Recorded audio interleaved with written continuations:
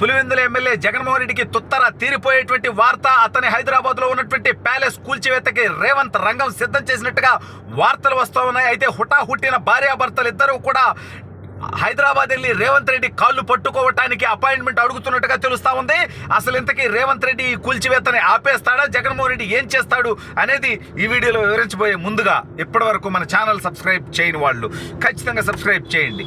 ఇక విషయానికి వస్తే, ఆంధ్రప్రదేశ్లో అతిపెద్ద డెకాయిట్ గాడిగా ముద్రపడినటువంటి దౌర్భాగ్యుడు జగన్మోహన్ రెడ్డికి వాడి ఆస్తులు మాత్రం అత్యధికంగా ఒకవైపు తెలంగాణలో, మరోవైపు కర్ణాటకలో ఉన్నాయి.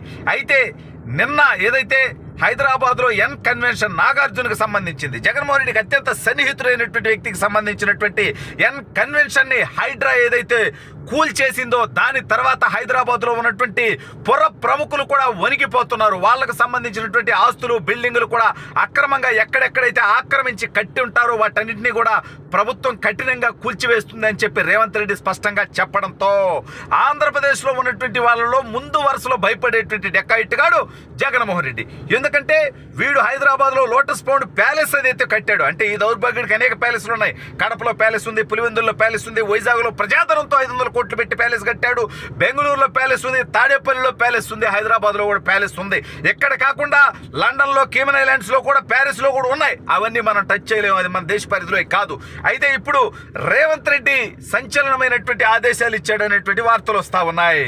జగన్మోహన్ రెడ్డికి సంబంధించినటువంటి లోటస్ పౌండ్ ప్యాలెస్ ఆక్రమించి కట్టుకున్నదని, దాన్ని కూల్చివేయమంటూ రేవంత్ రెడ్డి ఆదేశాలు ఇచ్చాడనేటువంటి వార్తలు రావడంతో జగన్మోహన్ రెడ్డి తన సతీమణి వైఎస్ భారతిరెడ్డి ఇద్దరు కంబైన్డ్గా ప్రత్యేక విమానం, అంటే ఇది జనరల్గా బిల్డప్ కోసం ఈ మధ్య అప్పుడప్పుడు వాళ్ళ డబ్బులతో పోయేది కాబట్టి అప్పుడప్పుడు పబ్లిసిటీ కోసం కూడా పనికొస్తుంది, సింప్లిసిటీ అని చెప్పుకోవడం కోసం వాళ్ళు ఈ మధ్య ప్యాసింజర్ ఫ్లైట్స్లో తిరగటం మొదలుపెట్టారు భార్యాభర్త ఇద్దరు కూడా.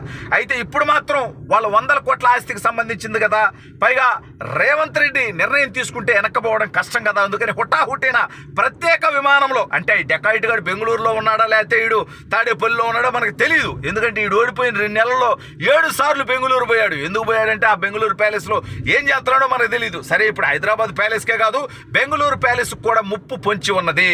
రేవంత్ రెడ్డిని ఆదర్శంగా తీసుకొని ఇక్కడ ఎట్లాగైతే హైడ్రా అని పెట్టారో అక్కడ ఏదో ఒక డ్రా అని పెట్టేసి, అక్కడ అంటే 2 చోట్ల కూడా కాంగ్రెస్ పార్టీ అధికారంలో ఉంది. వైఎస్ షర్మిల జగన్మోహన్ రెడ్డికి వ్యతిరేకంగా ఉంది.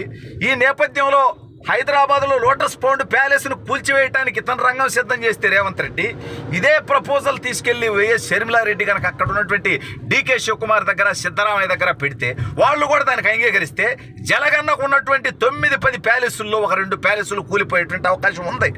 ఆంధ్రాలో ఉన్నటువంటి ప్యాలెస్ కూడా ఆ దౌర్భాగ్యుడు ఏదైతే కట్టుకున్నాడో, తాడేపల్లిలో కొంప కట్టుకున్నాడు, చుట్టుపక్కల ఉన్నటువంటి పేదలు, దళితులకు సంబంధించినటువంటి గృహాలు కూల్చివేసి, గుడిచెలు కూల్చివేసి ఈ దౌర్భాగ్యుడు పేదలకి పెత్తందారులకు ఇద్దాం అంటాడు. నిజమే, ఈడో పెత్తందారు నా కొడుకు.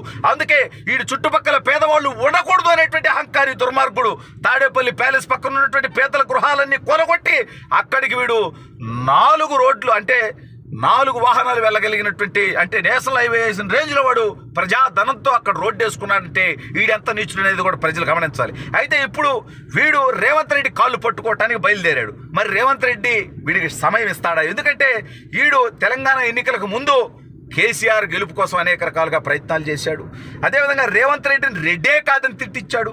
చివరికి కాంగ్రెస్ పార్టీ గెలిచిన తర్వాత కూడా రేవంత్ రెడ్డిని మేము ముఖ్యమంత్రి కానియం, పొంగులేటి మా మనిషి, బట్టి మా మనిషి, ఇంకొక ఆయన మా మనిషి, వీళ్ళందరినీ పెట్టుకొని మా దగ్గర 15 మంది ఎమ్మెల్యేలు జలగన్న చేతిలో ఉన్నారు, వీళ్ళందరినీ అడ్డం పెట్టుకొని రేవంత్ రెడ్డిని సీఎం కానీయం అని కారుకూతలు కూసినటువంటి నికృష్ట చరిత్ర కూడా మనం చూసాం. ఎందుకంటే రేవంత్ రెడ్డి గారు తెలుగుదేశం ప్రోడక్ట్ కాబట్టి చంద్రబాబు నాయుడు గారి దగ్గర నుంచి, ఈ పార్టీ నుంచి మారినా చంద్రబాబు నాయుడు గారిని నేను తిట్టలేదు కాబట్టి. ఎందుకంటే జగన్ గారికి కావాల్సింది బూతులు తిట్టేవాళ్ళు. పార్టీ మారగానే అప్పటి వరకు ఉన్న పార్టీలో ఉన్నటువంటి నాయకుల్ని విపరీతంగా తిడితేనే వాళ్ళు మాత్రమే నాయకులు అనుకునేటువంటి విషపు ఆలోచనలు కలిగినటువంటి వ్యక్తి జగన్మోహన్ రెడ్డి. అయితే ఇప్పుడు రేవంత్ రెడ్డి గారు తెలంగాణ ముఖ్యమంత్రిగా ఉన్నారు, చంద్రబాబు నాయుడు గారు ఆంధ్రప్రదేశ్ ముఖ్యమంత్రిగా ఉన్నారు. 2 తెలుగు రాష్ట్రాల ముఖ్యమంత్రులు కూడా 2 తెలుగు రాష్ట్రాల అభివృద్ధి గురించి, తెలుగు వాళ్ళ ఐకమత్యం గురించి వీళ్ళిద్దరు పనిచేస్తూ ఉంటే 2 రాష్ట్రాల్లో విద్వేషాలు రగల్చడానికి, రాజకీయ ప్రయోజనాల కోసం విధ్వంసాలు సృష్టించడానికి గతంలో ఉన్నటువంటి జగన్మోహన్ రెడ్డి, అదేవిధంగా తెలంగాణలో ఉన్నటువంటి అప్పుడు మొన్నటిదాకా ఇప్పుడు లేళ్లే కేసీఆర్ అనేటువంటి వ్యక్తి ప్రయత్నం చేసింది మనందరికీ తెలుసు. చంద్రబాబు నాయుడు గారు అరెస్ట్ అయితే కేటీఆర్ కూసినటువంటి కారు కూతలకి ఫలితం వాళ్ళు అనుభవించారు. దాని గురించి మనం పదే పదే మాట్లాడుకోవాల్సినటువంటి అవసరం లేదు. ఈ నేపథ్యంలో ఇవన్నీ జరిగాయి కాబట్టి రేవంత్ రెడ్డి అసలు జగన్మోహన్ రెడ్డి గారు ఇప్పుడు అపాయింట్మెంట్ అడిగినా ఇదే కనీసం ఆంధ్రప్రదేశ్ రాష్ట్రంలో ప్రతిపక్ష నేత కూడా కాదు, జస్ట్ పులివెందుల ఎమ్మెల్యే. ఆంధ్రలో ఉన్నటువంటి 175 మంది ఎమ్మెల్యేలో ఒక ఎమ్మెల్యే, ఆంధ్రలో ఉన్నటువంటి 58 మంది ఎమ్మెల్సీలతో సమానమైనటువంటి ప్రోటోకాల్, పైగా 18 మంది రాజ్యసభ సభ్యులు ఉన్నారు, అదేవిధంగా 11 మంది రాజ్యసభ సభ్యులు ఉన్నారు, 25 మంది లోక్సభ సభ్యులు ఉన్నారు. వీళ్ళందరిలో ఒకడు వాడికేం ప్రత్యేకత లేదు, వాడికేం ప్రోటోకాల్ లేదు, వాడికేం గౌరవం లేదు, విధానం లేదు. కాబట్టి వీడిని రేవంత్ రెడ్డి అంత తొందరగా కలవకపోవచ్చు. ఒక ఎమ్మెల్యేకి అపాయింట్మెంట్ ఇవ్వాలంటే కొంత కష్టం, అది కూడా పక్క రాష్ట్రానికి సంబంధించిన ఎమ్మెల్యే. ఏం తెలంగాణ ఎమ్మెల్యే అయితే ఏదో ఒకటి టైం ఇస్తాడు అతను. పక్క రాష్ట్రంలో ఎమ్మెల్యేగా పులివెందుల ఎమ్మెల్యేగా ఉన్నోడికి రేవంత్ రెడ్డి గారు అంత ఈజీగా అపాయింట్మెంట్ ఇవ్వరని, పైగా ఈ ఆక్రమణల కూల్చివేత విషయంలో రేవంత్ రెడ్డి చాలా స్పష్టతతో ఉన్నాడని తెలుస్తోంది.